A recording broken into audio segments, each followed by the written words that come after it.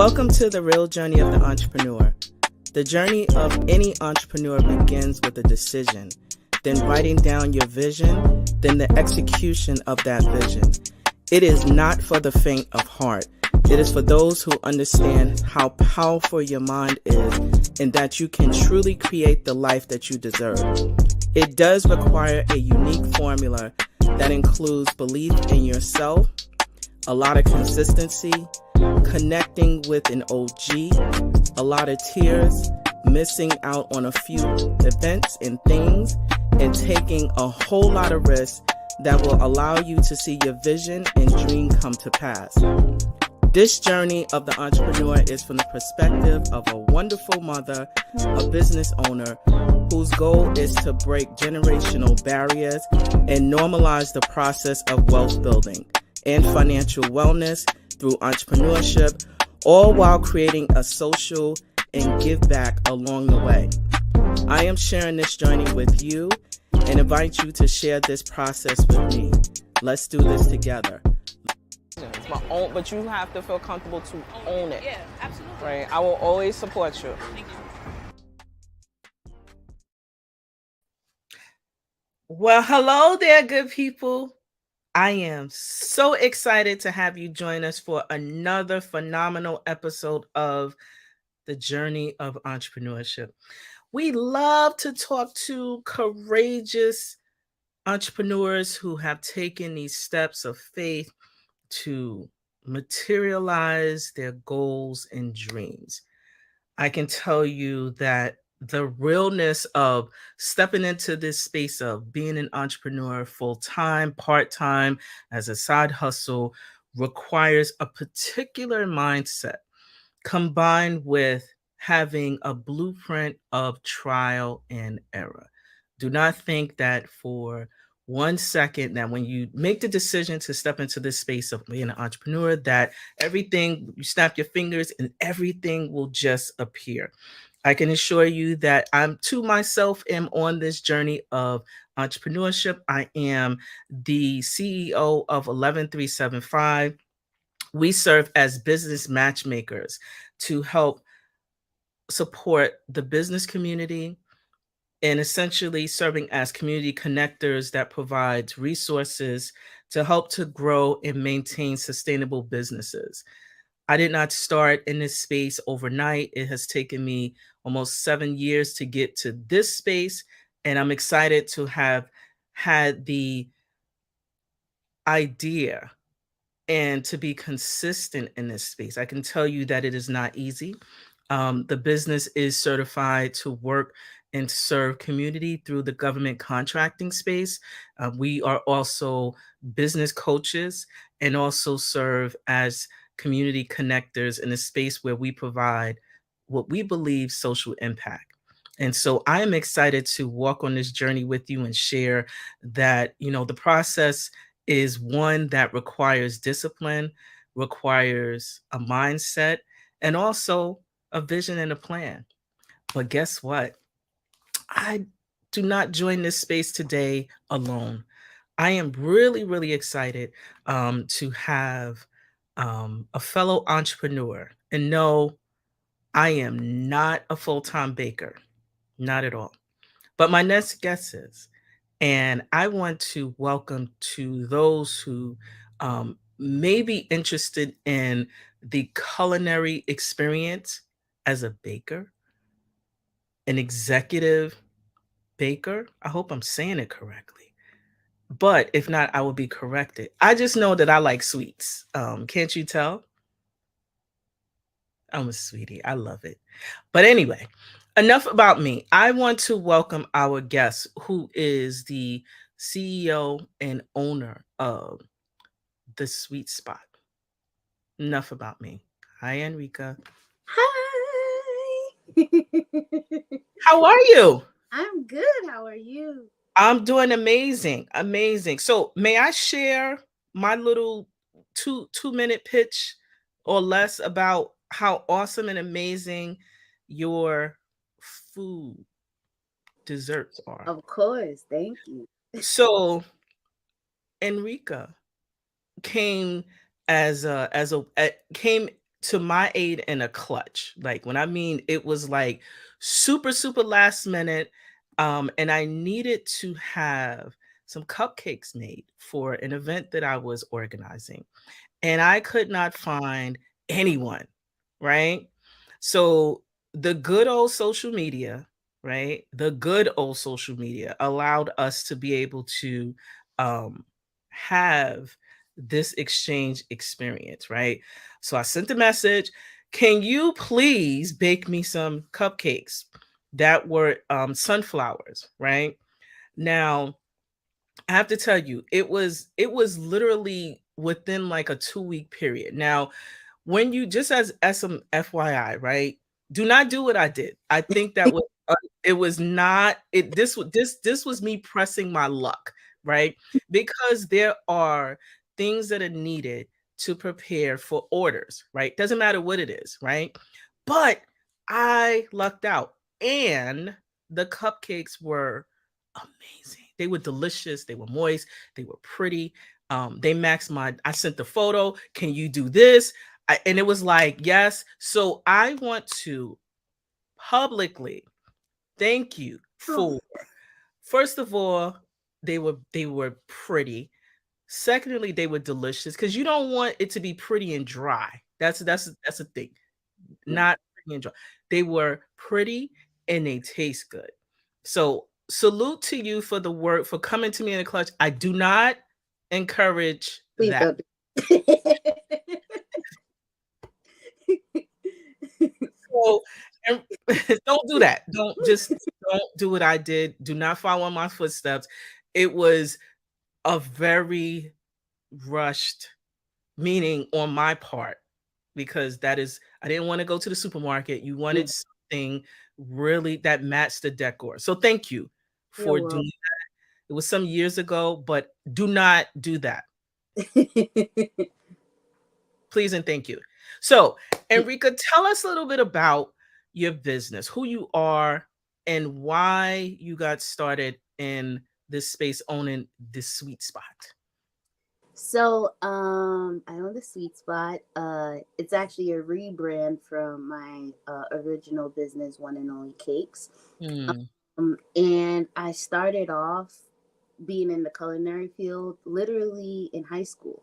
I went to Ulster County BOCES my junior and senior year, and I just got captivated by baking and pastry arts. I always tell this story to everybody how I had one teacher at BOCES, her name is Miss Carter, and she was making this like 7-tier wedding cake with like cascading down calla lilies, and that just made an imprint on my entire life. Like I said, I wanted to do that. I wanted to create beauty like that. And ever since then, I just continued on this journey in the pastry field. Okay, so I got a couple of questions, follow up, right? So this was something that you was exposed to in high school. Yeah. I mean, I don't really have one of those stories where like, oh, I was in the kitchen with my grandmother and licking the spoon. The only thing I could like remember is just watching shows on TV while I was growing up and just being really interested. I don't know if people remember. I don't know if this is going to tell my age, but there was a show on PBS called Zoom. Um, and they had a segment where they would make things, and me and my cousin would just always replicate what they're making. So I think like that was in my subconscious. And once I got to high school and I got exposed to like the culinary field, I just gravitated towards it. And so there's something about that and I hope that the community that's watching entrepreneurs that exposure to experiences in life Hmm. does have benefits, It right? does. It does. So It does. don't think that what you're not doing isn't important. But I just wanted to just plug that out there. But let's talk about this phenomenal business that you have that you launched into, right? um So let's talk about the fact that you're in an area that the part of New York, in Kingston, New York, Hmm. that um does not have a lot of places where you can pick up like goodies, as an example, right? So tell us Yeah, a little bit about why you chose Kingston. What does that look like for you, as a woman of color, specifically? What does that look like in terms of your startup experience? I grew up in Kingston. I went to elementary school here, middle, high school. So I knew once I was out of high school, I didn't want to be here anymore. Um, Mm, and you know, growing up here, there was two main bakeries, which was like Dicings and the Cake Box, and they're great, but I didn't see anybody like me doing anything at that time. I know there were like people who did like stuff from their houses and stuff like that, but all I knew is I wanted to get out and do my own thing. So I went out into the field as soon as I graduated. My first job was at the Sagamore Resort up in Bolton Landing, and I was a pastry assistant there. And then life happens, and I end up coming back here. And I knew that once I came back here, I didn't want to come back with the intention of, oh, I failed and I'm coming back to Kingston and I'm going to just get a regular job. I came back with the intention that I am going to create my own lane and I'm going to stay in my own lane. And that's exactly what I did. And it grew so much, and it's so beautiful. The fact that this was the place I grew up and I came back and I actually made something of myself and my business. and don't you feel proud of yourself? Come on I now. mean, yeah, I do, but it's hard. It's so hard. Oh, yeah, that's it. So that's what makes it so amazing. So originally from and decided to, you know, come back to a space where you are now feeling a need. Yeah. And yeah, I don't care what you say. Proud and salute to you, Thank you. right? Thank you. Thank And you. I'm gonna say that it's not dry. I want to keep adding Thank you.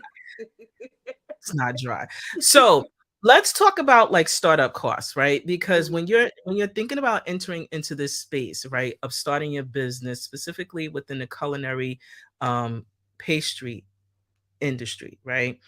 What does that look like in terms of like your startup costs initially?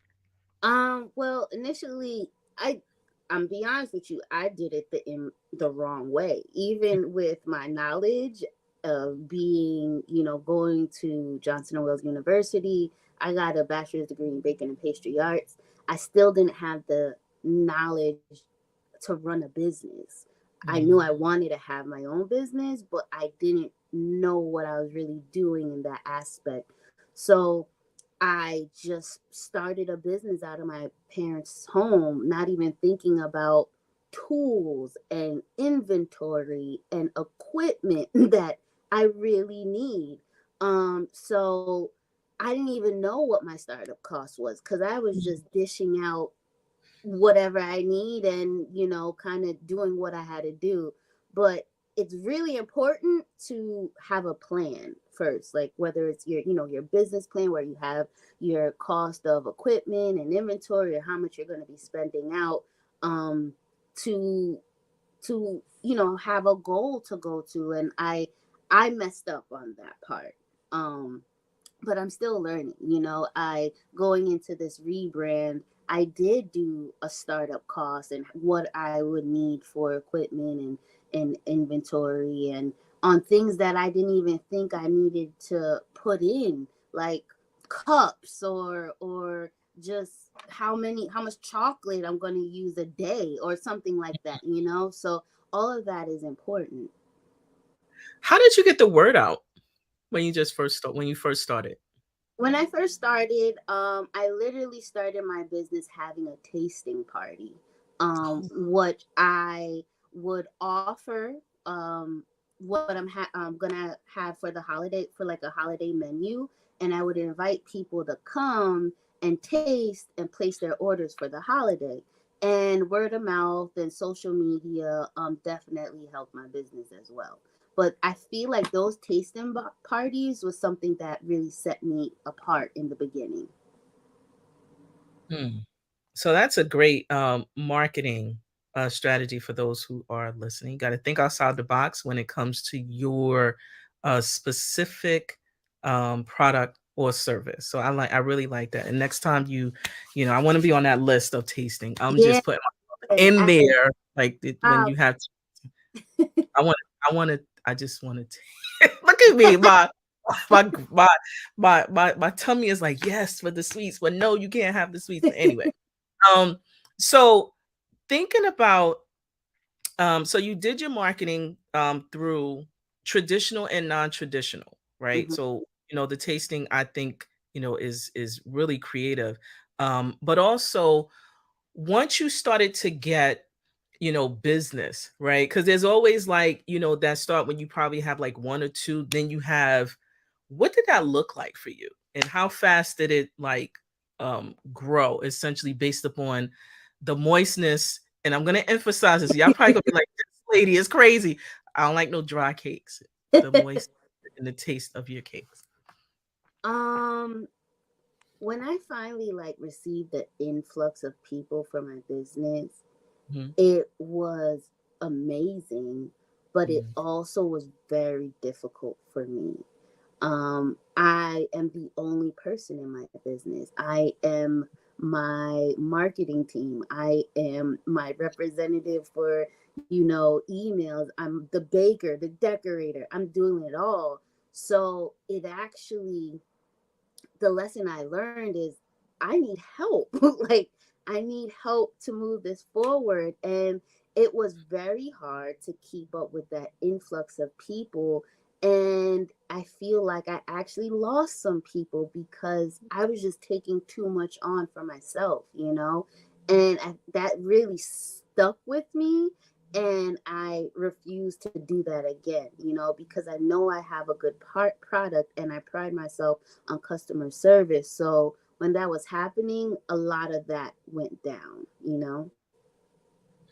And so the lessons that you learned from that experience is what? The lessons I learned is I need to figure out my time management properly. I need to prioritize, and I do need ask for help when I need it. Like when I really don't be prideful and not ask. Like it's there. I do have people that will help me. I just have to ask. Mm.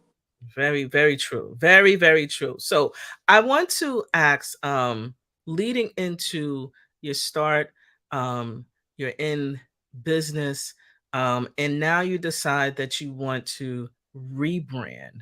What Mhm. forced or what changed the rebrand? What made you make the decision that you want to rebrand? I really wanted my business to match who I am. Mm, I feel like, well, I felt like cakes, one and only cakes is great, but I just felt like that brand only focused on cakes, and I do so much more. You know what I mean? So, and I wanted to be feel elevated. I wanted to it to feel like me. You know what I mean? So I just wanted something to really show who I am. And I think I was in a time for my business to take the next step forward. So that's why I went through the rebrand, and it's beautiful. It's just so the website is just so clean and nice, and I'm just super excited to have this launch out. so are is it do you have for your future plans, if I can ask, is it a brick and mortar where like a retail space, or what does that look like if you can share? Absolutely. So it's the sweet spot is a trailer. It's gonna be a mobile trailer. And my goal with this is just to make things that I love, that I know people will like. But I want it to be posted on like whether it's uptown, midtown, downtown at least 2 days a week. serving breakfast for a short amount of time. But my main goal is late night. I'm really trying to figure that out. I feel like nothing is open late night here in Kingston, even till like 11 o'clock or midnight. And I want it to be a spot where you could just grab something sweet and have a cool date night, or if you just have a craving, you could grab something. But I also want this to be a wedding dessert bar. People could rent it out for weddings. People could rent it out for employee appreciation days, where we could just post up and serve employees or customers. So I want this to be a spot, like, like, oh, did you check out the sweet spot? Like, oh, I'm about to go over there. You know what I mean? I want it to be a thing. So I have a question about so mobile describes, meaning, is it going to be static mobile, or are you going to be moving, like doing the model of like pop-ups maybe? Yeah, I want to Yeah, be. so yeah. Yeah, like, I don't want it to be that's my spot every day. Like, you'll see me. No, I want to be, maybe on Tuesday I'll be in Midtown. Maybe on Friday I'll be downtown. Like, we gonna be on the move. Like, I want everybody to experience us. It's not just about the food or the desserts. I want to build an experience wherever I go. Do you have a target audience for Kingston? Because I think that what you're visioning is phenomenal. Um, my target audience, it's in my brand guide. I can't remember right now. But kind of people around my age, whether in their 30s. I feel like everybody who likes sweets, I definitely want my Caribbean people to come, because I have my Caribbean flair with my desserts, whether it's the rum cakes or the coconut tarts or whatever. But like, I just want everybody. I really do. And so, and thinking about, because when you really took a moment to reflect on your business, right, overall, and you mentioned that it's not just cakes, right? Mm. Is a part of your business, in terms of doing community connections, do you do like teachings or trainings for young people, for adults? Is that something that you launch, that you're into as well? Absolutely. I have a background in teaching. I taught a little bit at the Fayetteville Community College down in North Carolina. So I do like to teach. And for sure, like, that is a thing as well. Like, if you want a little private class, I am more than happy to teach a little cake decorating, basic decorations. I used to, before COVID hit, I was doing kids classes, for the holiday. I had a little Halloween cupcake decorating class for children. So I definitely, as we move forward, I definitely want to do that again for sure. So let me also do a comma and question. Okay. Um, what excites you really about the pastry industry? Um, is it because because for me, I'll give you an example. So, I'm my own personal chef here, right? I think I'm Hmm. amazing, right? Yes. However, I'm the master chef of my house, right? And so when I think about like what excites me, because I like to eat, what Hmm. excites me about food is the it's not always the process. And I'm gonna say what this is what I mean is, Hmm. because you stand when you're really cooking, for those who are out there, if you're really cooking, Hmm. it's not in the microwave. Please Right. and thank you. Right? It's not in the microwave. But combining you know, the sense, the taste, seasoning. What excites you about the pastry, that not just the pastry, but is it like because you use like a specific, um, secret sauce, or tell us what excites you about it. I think it's just my happy place. I Mm, think I it's a place where I don't really have to think, to be mm, honest, where I don't have to pressure myself to use my brain to figure out something. It just feels natural, but I also had to develop a skill to get where I am as far as like feeling satisfied with the product I'm making, because at first I wasn't good at it, Some of my cakes was dry or whatever the case may be. But like, I think it's more of the end goal, that feeling of satisfaction and the feeling of someone really loving what I did. Like, I just like the fact that I could create something out of butter, eggs, flour, salt, baking powder into this beautiful thing, whether it's a tart or a cookie or a beautiful tier cake. It's just like I feel like my hands are so powerful, you know. So yeah. it's just a beautiful process in a weird way. And that's I say a t-shirt. My hands are so powerful. I want to let that sink in a bit because a lot of times we think that what we have to go outside of ourselves to get, and a lot of it is already in us. So I Yeah, like that. I yeah. feel like my hands are so powerful. So you better make that a t-shirt. Okay.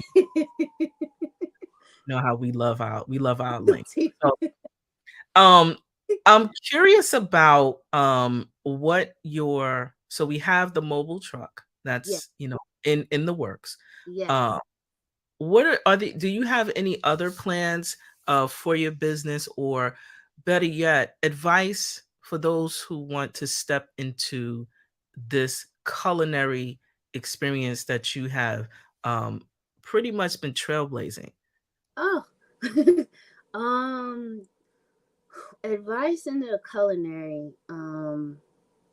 It's a hard field. You definitely have to have a strong mind, especially when you're building up your experience, whether that is working in restaurants, resorts, teaching, any aspect, especially for a person of color and a woman, it's very difficult.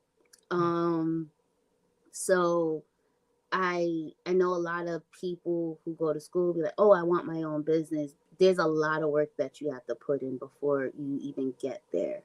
Um, as far as for business, I definitely think, having a plan, costing out items, like literally making the Excel spreadsheet and putting down every item and the cost that it might take, to see how much you're gonna spend out or how much money you might need for a loan or a grant or whatever the case may be.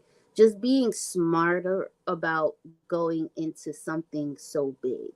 Um, I recommend getting a not a team, but maybe somebody that you can go to for advice. A mentor will be really good, that has experienced what you're trying to go into, um, just to help guide you, not tell you what to do because you need to make your own decisions, but just help guide you in the right direction.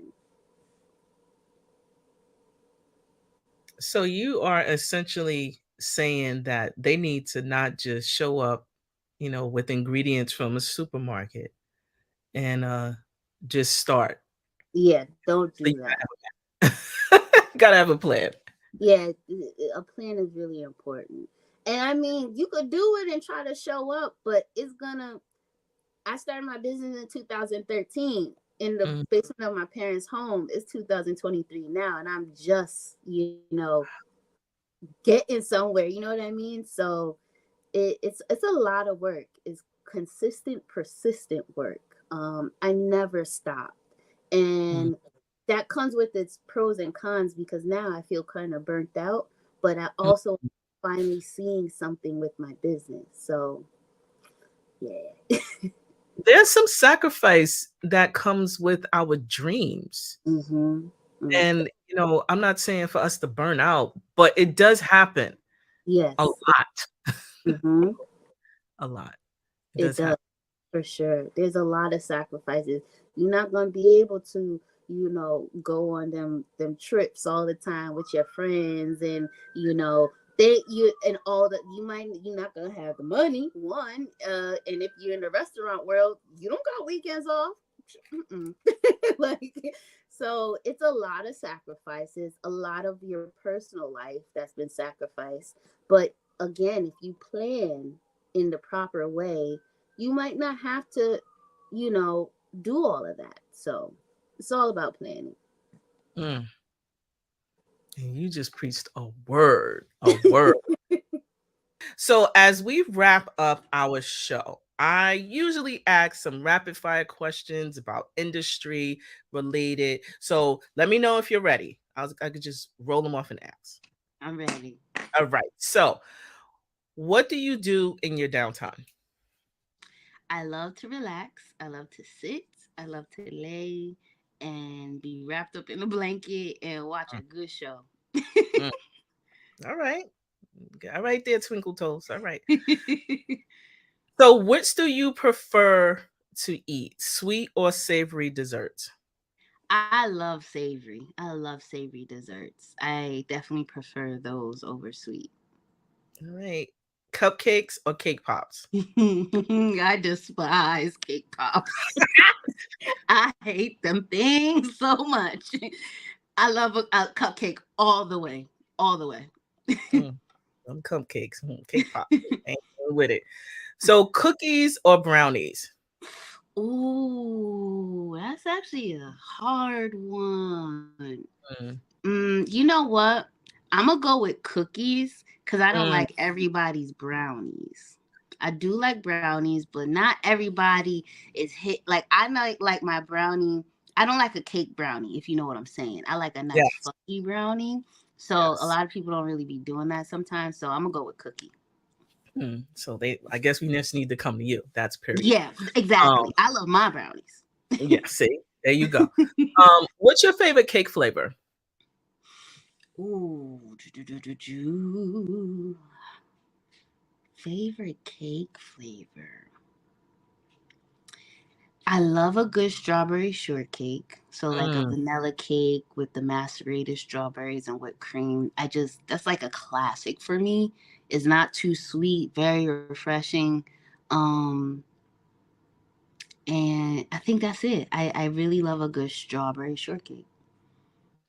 so now I'm going to switch it a bit in terms of you are serving a community. What is your vision on your lasting legacy? Now, legacy doesn't necessarily have to mean that you have, family, but what is it that when people think of Enrika and the sweet spot, what is it that you want them to think about years from now? I just want to make a lasting imprint on people. Mm, Whether it's I do want to have another mobile mm, truck, a truck that actually drives. I do want to kind of take over the Hudson Valley. I don't know if that's a far stretch, but I kind of want to take over the Hudson Valley with the desserts. But I want people to know me for my baking, the fact that it was good, and it hit a memory in them, be like, yeah, that took me back. That's why my cookies are called take me backs, because they're so good it take you back to your childhood. um so mm. I just want to make that imprint. Like, I don't want people to forget what my business was for a long time. So, Enrica, thank you for taking time out of your schedule. We are so excited to know you. I've had Oh, the opportunity to really taste the cupcakes. So I just want to say that because a lot of times people are like, yeah, I try. I was like, no, they're really good. And so thank when you. you are back into flow, would Mhm. love to, take advantage of that stuff. But here's where we can find you. Enrica's Yes. then on Instagram, um, on Facebook. And please do not hesitate to support businesses of color, especially women businesses of color, because we Mm-hmm. are setting trends, are trailblazers in our own individual rights, or in our really, you know, stepping into a space that a lot of us do not have a blueprint. We are creating Mm-hmm. blueprints for the future. So, Anrika, salute to you for Thank all the work you. that you are doing. I look forward to hearing more about the exciting things that you have coming. And Yes, let I have us a lot of exciting things coming. know a lot of exciting things. So, but I also wanted to, just plug some of the gems that you dropped during our Oh. episode, right? So I feel like my hands are so powerful, right? And so that to me is a testament of the belief in how dope and amazing you believe that you are, even common, and when things are look scary and that we are afraid, we still keep it moving. I Mm-hmm. also want to share some other tips about, having a mentor. The importance, as I say, having an OG in your life is super important as you begin to grow and develop in your business. Not to tell you what to do, but to someone who can really guide you, right, based Mm-hmm. upon their experiences. In terms of, really getting out that startup, make sure you have a plan, cost out items, or comma and project the cost within your business, even if it's making an Excel spreadsheet. Be smart about doing something, going into something really big, because our dreams and visions are not small at all. Even though we may think they frighten us, that's how you should be dreaming. And Yeah. then as it wraps up with something that you started with, I wanted my business to match who I am. And that resonated with me specifically because, you don't want to be out there what I call having a double mind or trying to be like someone else. You are, and each of us in our own ways are just as dope as we are for ourselves. So I want Mm-hmm. to thank you so much for taking time out of your day. Please be sure to like, share, follow, and when the next phase of this mobile thing is happening, I I also listen. Look, I have no shame. I just want to be a part of the tasting. Um, Okay, I got you. I swear I please, do. please, and thank you. Please and thank Mm-hmm. you. I have no shame. But thank you so much. Enjoy the rest of your day, and I'm sending you Thank you. virtual kisses. Bye. Take good care. Bye bye. Bye. And so there you have it. This is a part of something amazing and beautiful. And again, when you have the opportunity to be able to develop your gifts, I'm just going to put that quote up again. I feel like my hands are so powerful.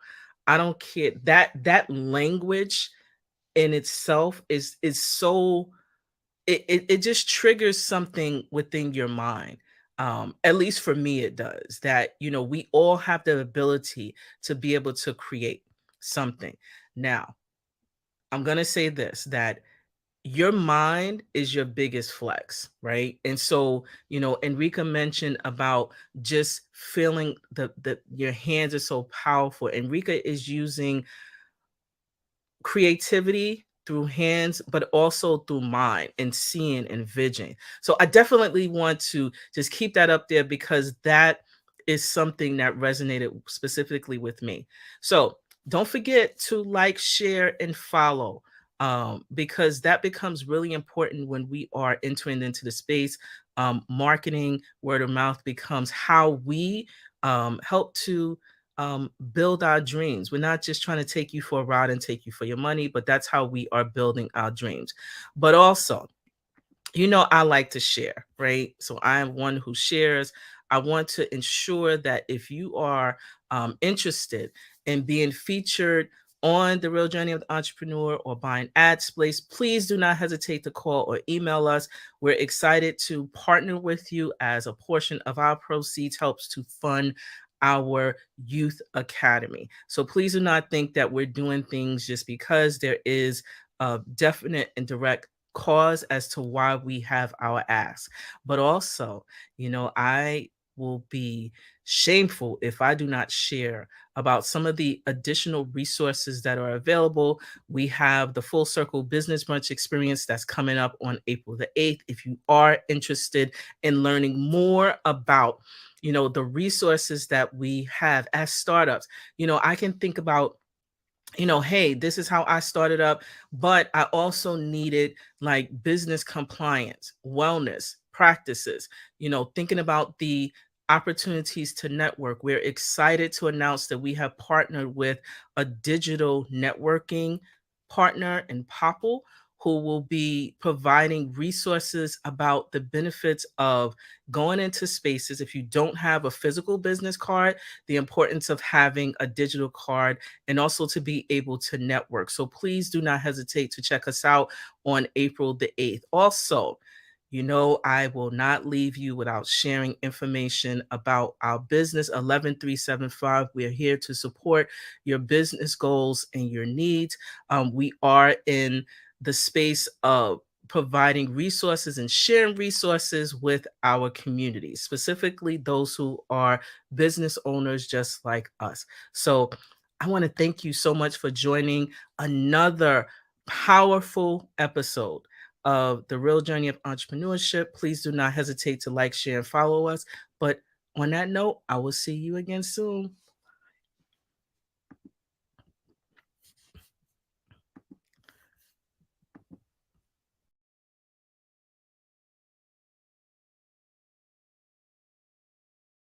Welcome to 11375. My name is Anita Pierce, and I am the owner of a New York-based MWBE certified business consultancy.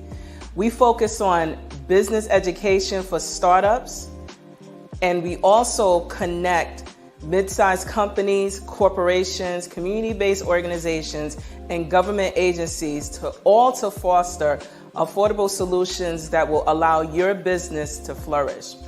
We elevate the awareness of our communities with regards to financial, mental, and also economic wellness. Some of our services include project management, training and facilitation, stakeholder engagement, and also advocacy within the business community. If you're interested in some of our services or all of them, please do not hesitate to reach out to us. We're on all of the social platforms at 11375, or you can check us out at our website at 11375.com. We look forward to supporting you in your business goals.